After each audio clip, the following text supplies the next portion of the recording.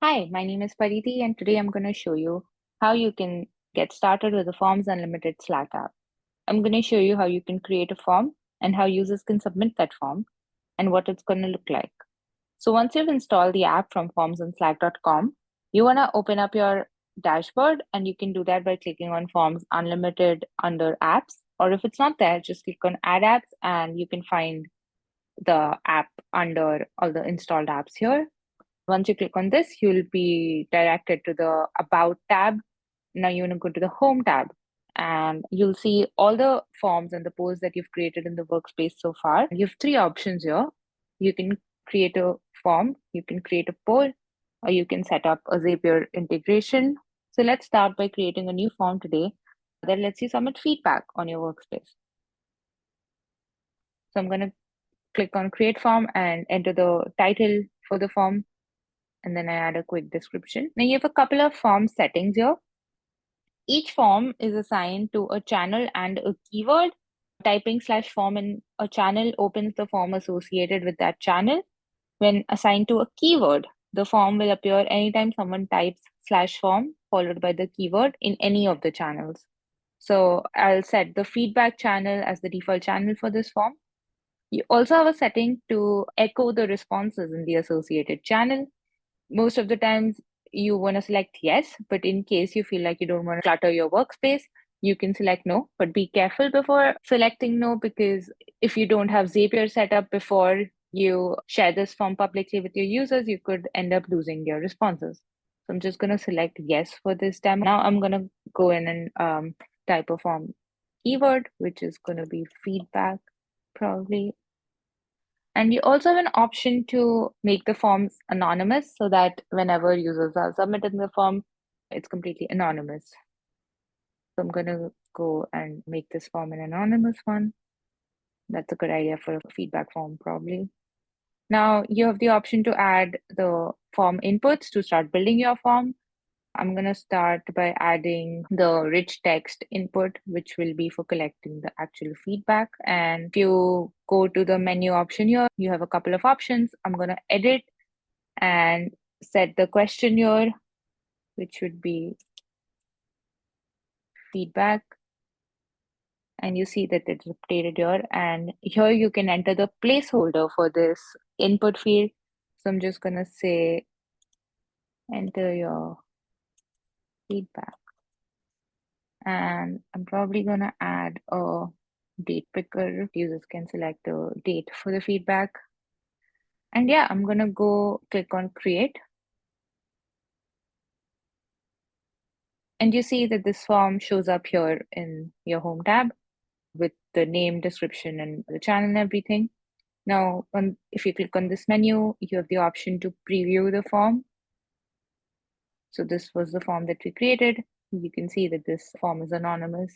And these are the inputs that we added here. Also have an option to announce this in the channel.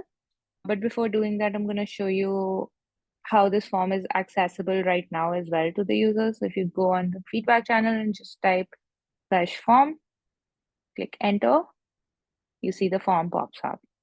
I'm going to go to another channel and maybe type in /form and the feedback keyword that we set. And if I click on enter, again, the form pops up. Now let's start submitting the feedback. We set today's date.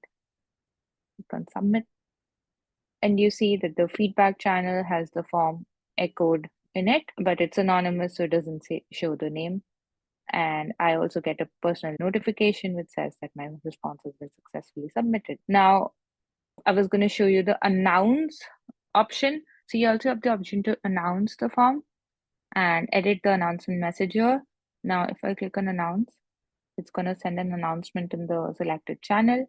And now anyone can come here and click on the button instead of typing in the commands, and they can see the form here. So yeah, this is pretty much it. There's also an option to create a poll. The modal is very similar to the forms modal, but you have like lesser options here, which is relevant to creating polls.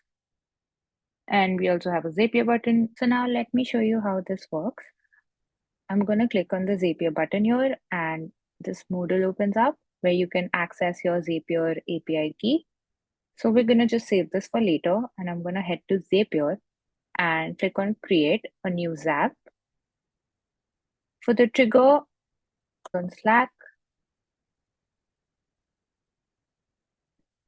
and the trigger event will be a new form response since we just created the new form. Now I've already connected my Slack workspace account here, but in case you want to connect a new account, you can click on this button here and you'll be prompted to enter your API key, which you can access from the Slack modal here.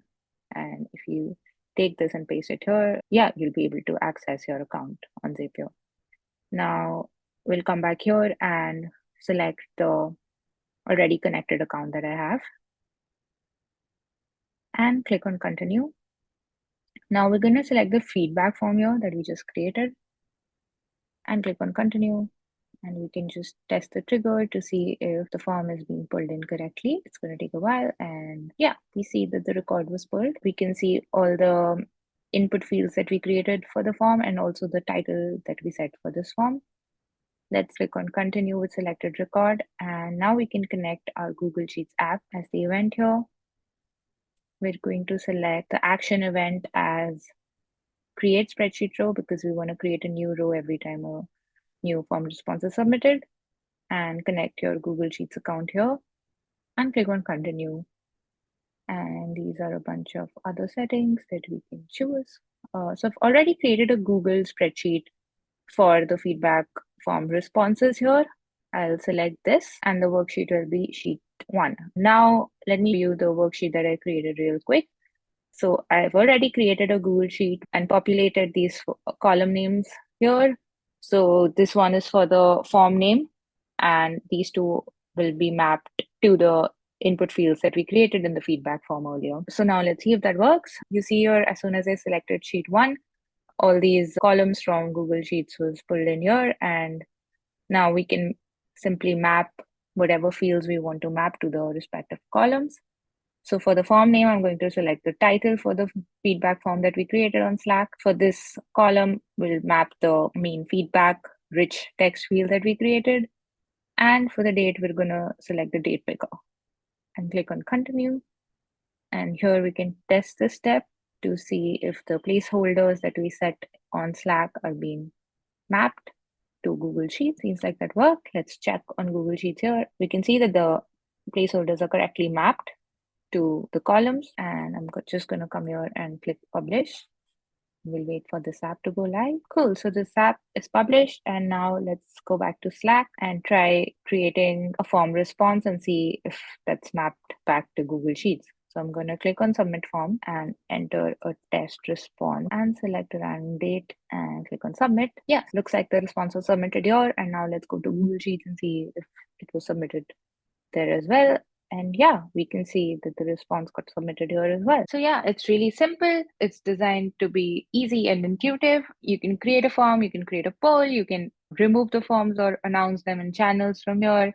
And if you want to extend the functionalities, you can use the Zapier integration.